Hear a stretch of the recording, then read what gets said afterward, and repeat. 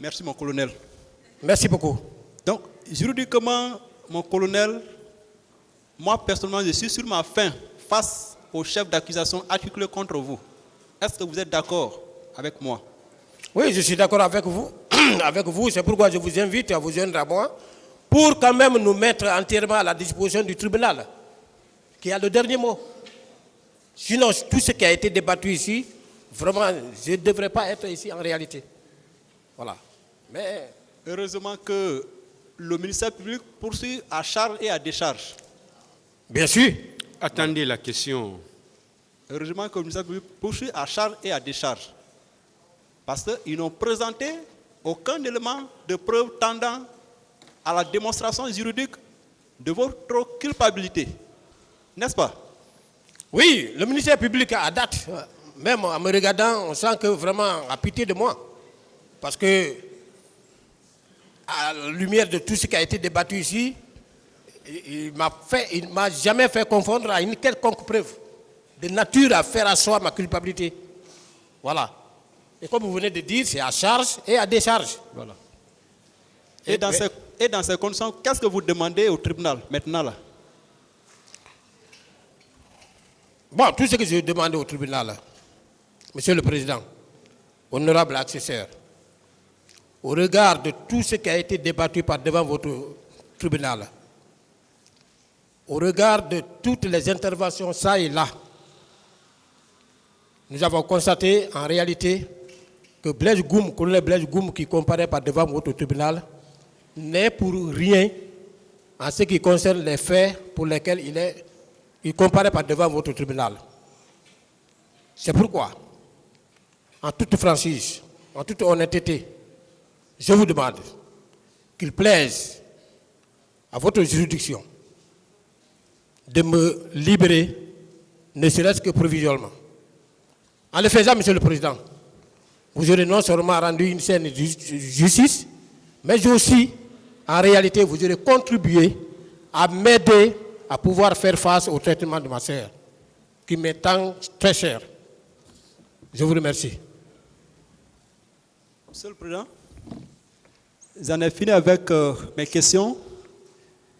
Toutefois, j'aimerais soumettre une demande à votre appréciation souveraine, si vous me le permettez. Allez-y.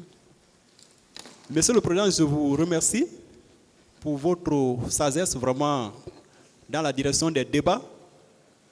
Je remercie vos honorables assesseurs à vos côtés. Et à l'issue de l'interrogatoire de mon client, il est constamment acquis qu'à cette étape de la procédure, non seulement il n'y a aucun élément, je dis bien aucun élément, qui puisse vraiment prouver ou démontrer juridiquement la culpabilité de mon client. Loin de moi de plaider ce dossier à cette phase, Monsieur le Président, honorable assesseur,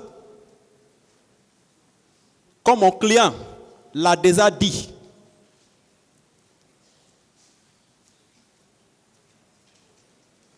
nous demandons humblement qu'il vous plaise le mettre en liberté.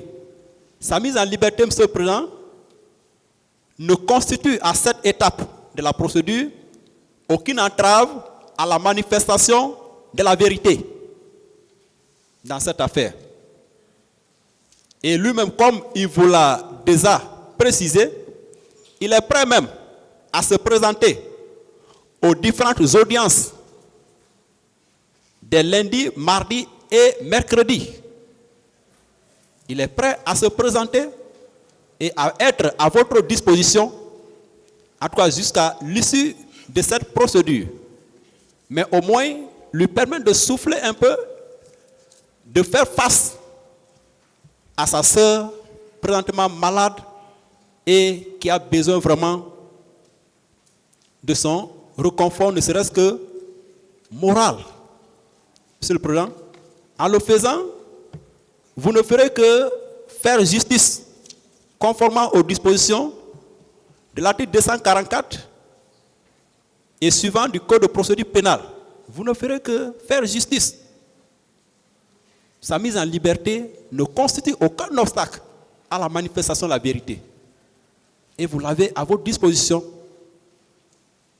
Monsieur le Président, sans beaucoup m'étaler là-dessus, telle est la demande que j'ai à soumettre à votre haute bienveillance afin que vous puissiez l'apprécier et que vous puissiez y faire droit. Je vous remercie.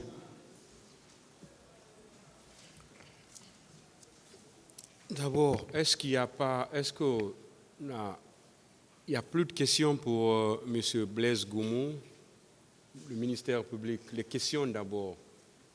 C'est-à-dire le tribunal met cette demande d'abord en suspens. Est-ce qu'il y a des questions pour savoir s'il y a des questions d'abord? Allez-y alors.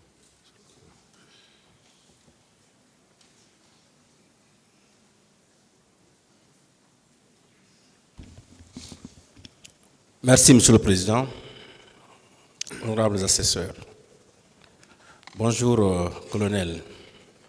Bonjour, monsieur le procureur. Et on va vous poser juste quelques questions de précision. Bien. Ce n'est pas beaucoup. Et ce 28 septembre 2009, juste après le rassemblement, après la planification des hommes, est-ce que toutes les trois équipes planifiées se sont retrouvées au stade? Oui, les trois sont allés au stade. Toutes les trois équipes ont rallié le stade. Oui. Vous pouvez nous dire pourquoi, puisque vous avez dit ici que vos patrouilles concernaient toute la ville de Conakry et même le Grand Conakry. Pourquoi tout le monde est allé au stade? Bien. Je vous ai dit, pendant les patrouilles, si nous voyons ou nous apprenons qu'il y a manifestation, nous nous mettons à l'encadrement de ces manifestations.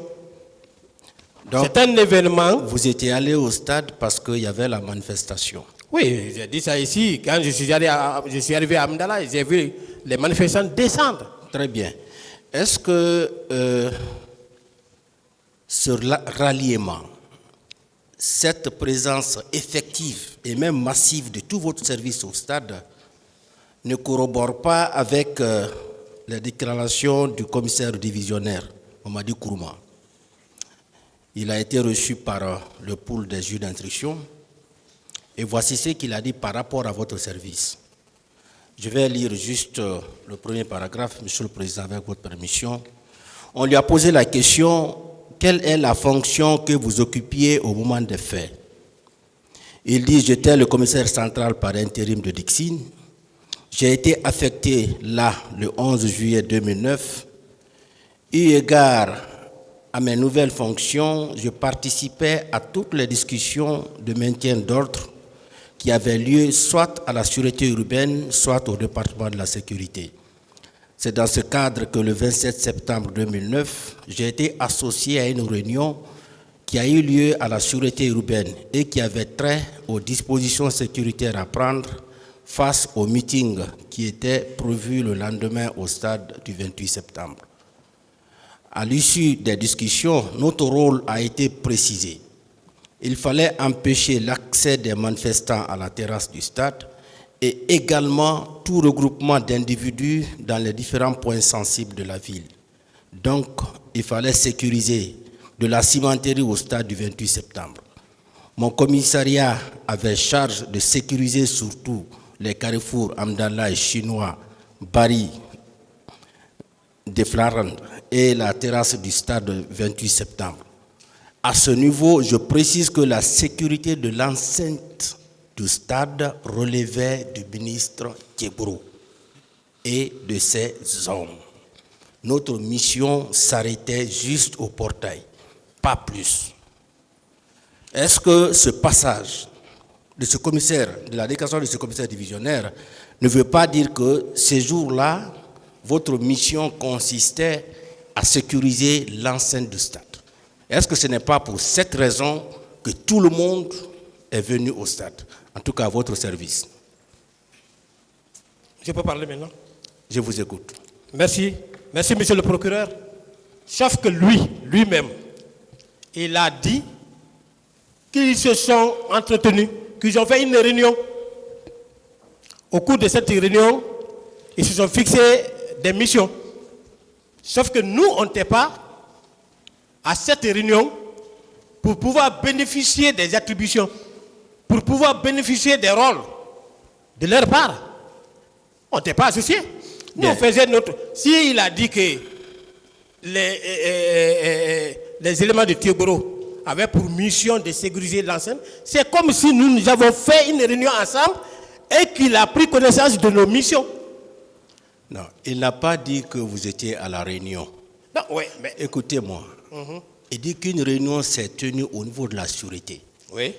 Et il a été décidé que les éléments de Tiegoro soient ceux-là qui doivent sécuriser l'intérieur du stade, l'enceinte du stade.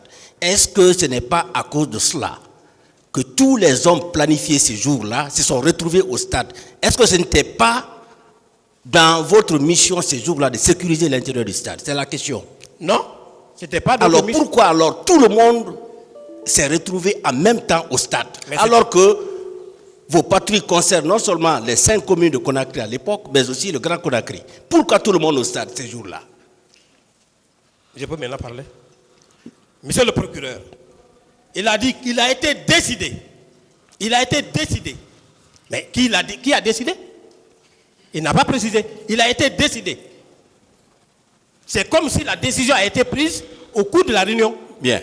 Ce qu'on peut retenir quand même, c'est que tous les hommes de Tiegoro qui ont été planifiés se sont retrouvés ces jours-là au stade. Mais on peut retenir ça. Non, mais j'ai parlé pourquoi on est allé là-bas. Et aller là-bas aussi, c'est pas... C'est pas un truc répréhensif. Je passe. Voilà.